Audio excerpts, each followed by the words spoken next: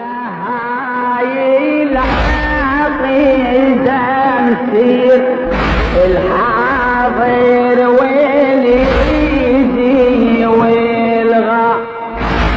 على كل صوت من عندكم نرفع صوتنا بإيجاب